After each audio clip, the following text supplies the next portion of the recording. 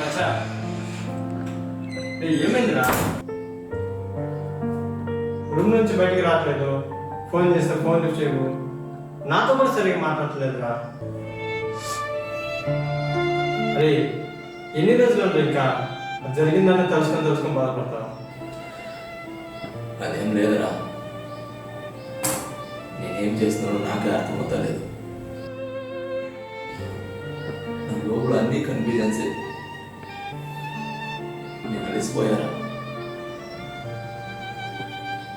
నా లోపల ఉన్న బాధని బయటికి చెప్పాలని ఉంది, కానీ ఎలా చెప్పాలో తెలియట్లేదు. చెప్పినప్పుడు నన్ను అర్థం చేసుకునే వాళ్ళు ఎవరు లేరు. అలా అంటావేంట్రా? నేను లేనా?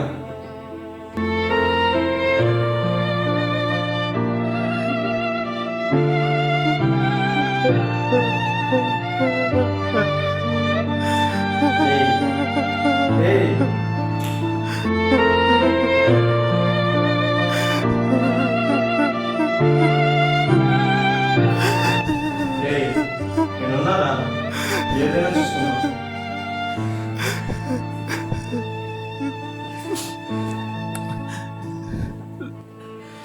సరేరా,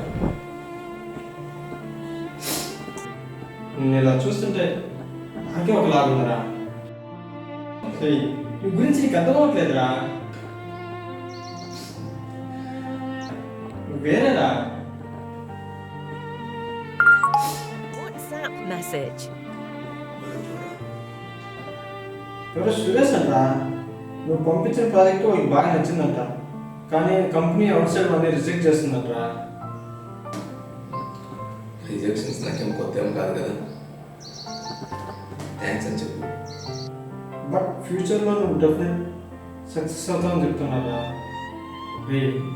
ఇప్పటి వరకు నేను ఒక్కనేరా నువ్వు సక్సెస్ అవుతావు అనుకుంది, కానీ ఇప్పుడు అతను ఎవరో కూడా తెలియదురా. అతను కూడా చెప్తున్నారా నువ్వు సక్సెస్ అవుతావని. లైఫ్ అంటే అంతేరా, మనం ఏంటో ప్రూవ్ చేసుకునే వరకు ట్రై చేస్తూనే ఉంటాం.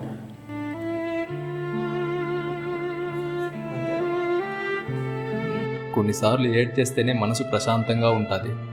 మన కోసం ఎవరో ఒకరు నేనున్నాను అని చెప్తే ఆ ఫీలే వేరు.